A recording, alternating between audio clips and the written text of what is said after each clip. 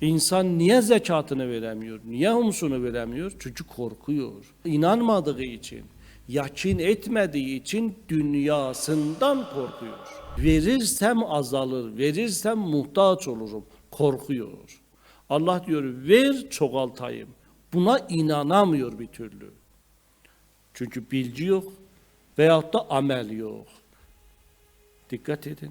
Amel ettiği takdirde, yani örneğin humsunu verdiği takdirde bir bakacaktır ki bir ilim geldi ona, bir rahatlamak geldi ona, bir güven geldi ona. Amel etti çünkü. Bir taraftan da artık dua edebilecek. İlahi bana yakini, inancı nasip et. Ondan sonra o adam diyecek ben yıllardır ne kadar aptallık yapmışım. Ne kadar korkmuşum, verememişim, endişelenmişim. Yakin budur arkadaşlar. Örnekleri de çoktur.